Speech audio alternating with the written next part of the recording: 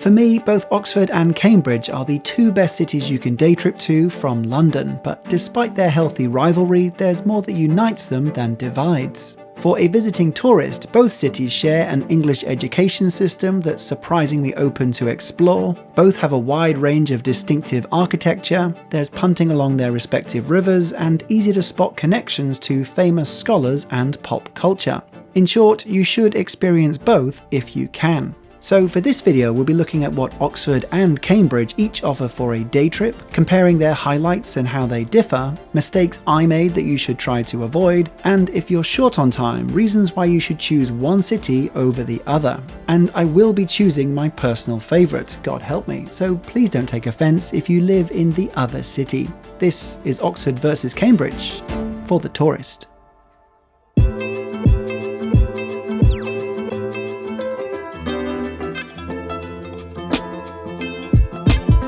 To begin, what makes both these cities really stand out are its wealth of colleges, many of which are open to the public. So before we head over to Cambridge, let's begin with Oxford, the world's oldest English-speaking university with 1,000 years of history. With 43 different colleges dotted around the city, Christ Church is easily its most popular and expensive, but arguably for good reason. Notable for having educated 13 British Prime Ministers and the author of Alice in Wonderland, Lewis Carroll, it's also popular with fans of Harry Potter. Oxford is one of the best cities in the UK for Hogwarts filming locations, and is one aspect Cambridge doesn't have. For example, this hall staircase is where the kids first meet Professor McGonagall, its cloister where Harry sees his dad's Quidditch trophy cup, and its most impressive space, its grand dining room, is said to have been the inspiration behind the Great Hall. Now, I'm always a little skeptical with these supposed to be inspired by locations, but even if it isn't, this room is so grand, it more than stands up on its own.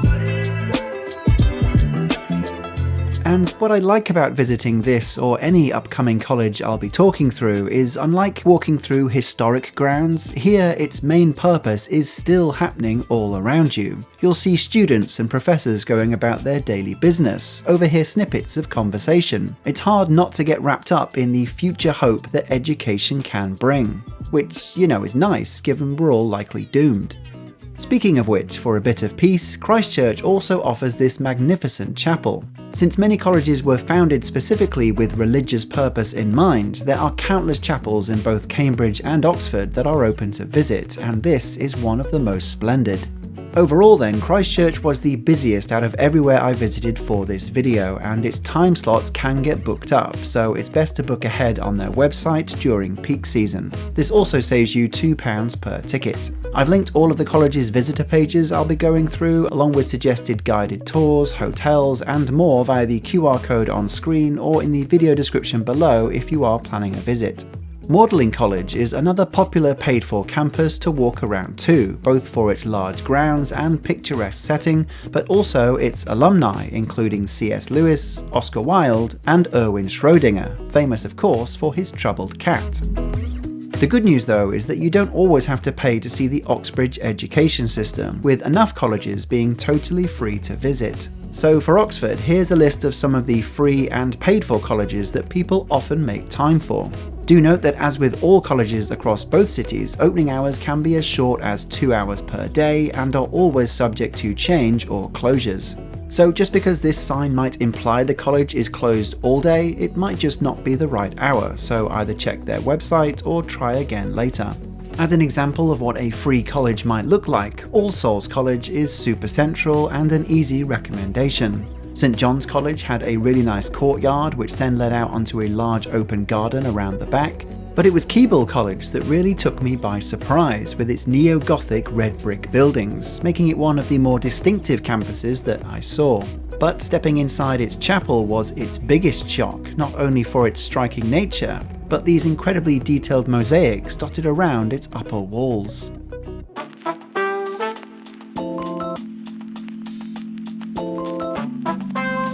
Although not a college, do not miss out on the Bodleian Libraries, another aspect of Oxford's education system. Dotted around 28 different locations, they not only serve the university, but are the largest academic library service in the UK, and 3 of their venues are especially worth a look. The most impressive being the Radcliffe camera. Home to 600,000 books, this is the hardest attraction to get a ticket for, which is why this photo is all you're going to see from the inside. For context, it should be noted that many of the libraries here and in Cambridge date back to a time when books and knowledge were such a precious commodity, they couldn't even be taken out of the building for fear of being lost. So that's why their library architecture, inside and out, often levels up to a similar high standard. So to see the inside of the Radcliffe camera, you'll need to arrive at the Western Library ticket office at least 1 hour before opening. 80% of tickets are held back to buy on the day, with the remaining 20% purchasable 1 month in advance on their website. Alternatively, the Duke Humphreys Library is a little easier to see, so can be booked a few days or weeks in advance online, or again via the Western Library in the morning. Not only is this one of Europe's oldest libraries, but has also doubled as the real-life library for Hogwarts. Finally, the easiest and most affordable Bodleian Library location, which you can just walk up and get a £2.50 ticket for, is the Divinity School. This was the filming location for the Hogwarts Infirmary, as well as the classroom the students learnt to dance in for the Yule Ball. Built in the 1400s, this is one of the oldest surviving purpose-built rooms in Oxford University, where both theology was taught and examinations were held up until the 19th century.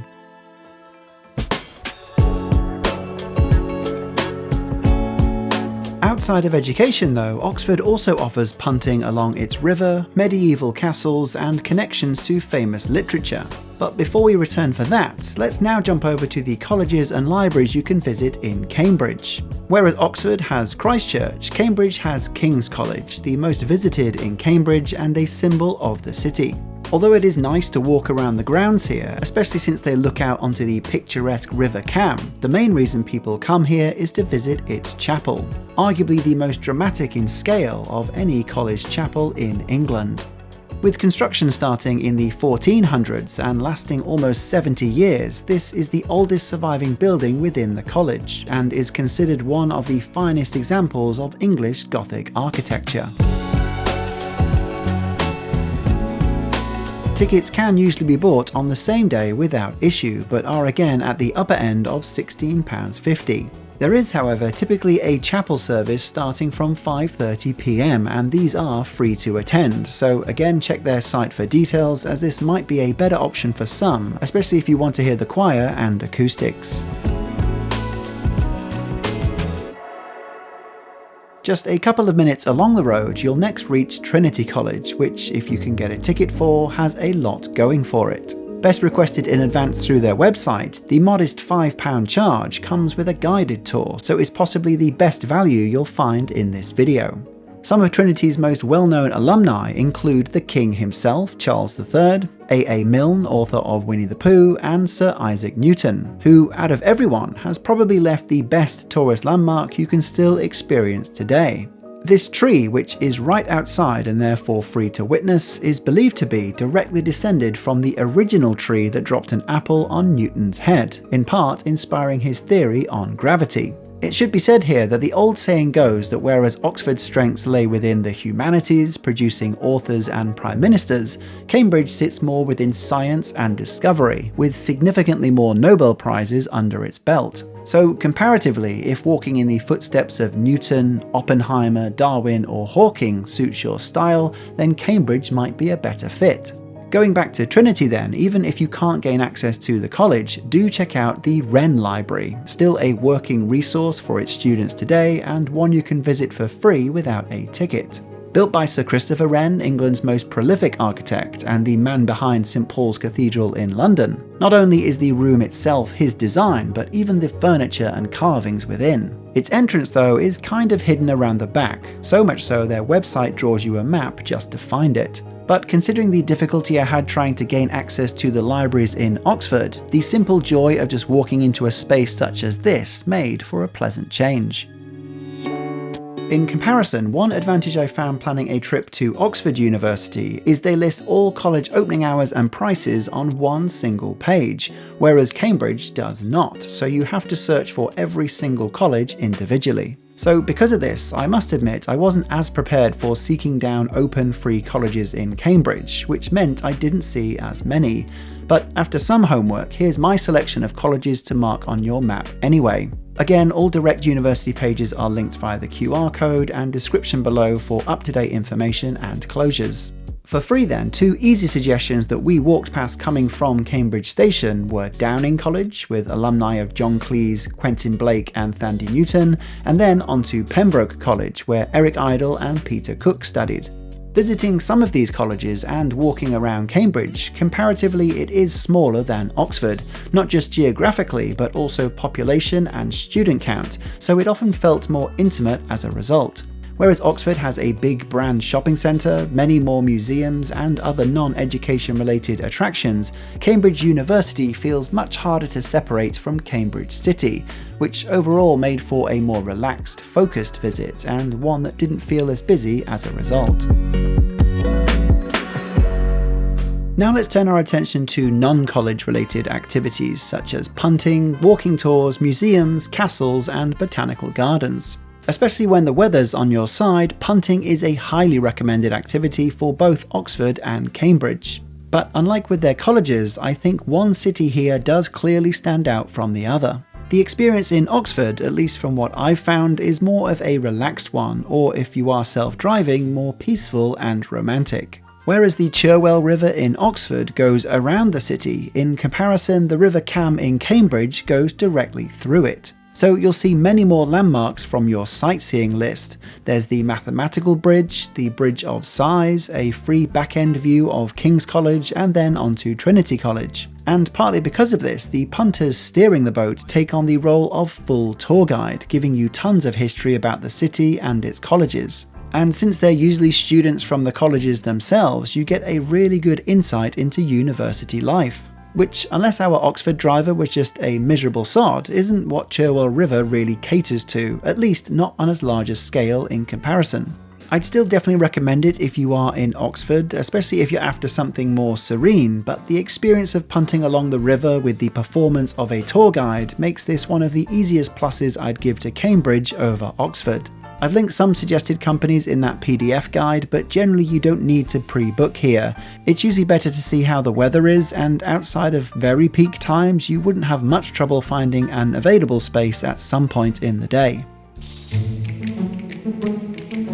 Although Oxford is larger in size, both city centres can still be walked across within 20 minutes or so. And if you're wanting a more general history for either, I'd really recommend a guided walking tour, usually led by university alumni, which again offers a unique insight into the life and history here. Although both cities offer walking tours, I've only ever taken one within Cambridge, and there was so much stuff I learnt here that I would have missed otherwise. For example, this is the Corpus Clock, a bizarre installation that both speeds up and slows down, which is supposed to remind us how fleeting time can be and how it changes with our own perception. Kind of like how the pandemic feels like it was 20 years ago, but also 5 years ago. Then, just down the road, we were shown this pub. Turns out this was the location where Francis Crick and James Watson first announced their new understanding of being able to decipher DNA, which, as drunken proclamations go, is pretty up there. As for your final few hours within each city, this can be split between museums, gardens and castles, the latter of which being an Oxford-only attraction. The Oxford Castle was built shortly after William the Conqueror invaded Britain in 1066. Centuries later it would be turned into a prison, and now the castle offers tour groups around its crypts, towers and chapel, and is great for those really interested in England's medieval past.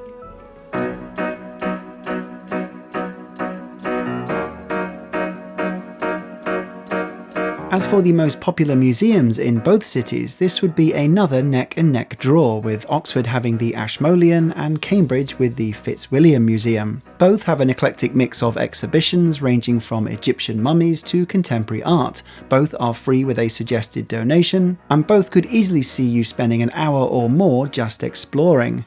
But although Oxford offers a higher number of museums, overall both cities have more than you could fit into a single weekend, so you can't go wrong with either for choice.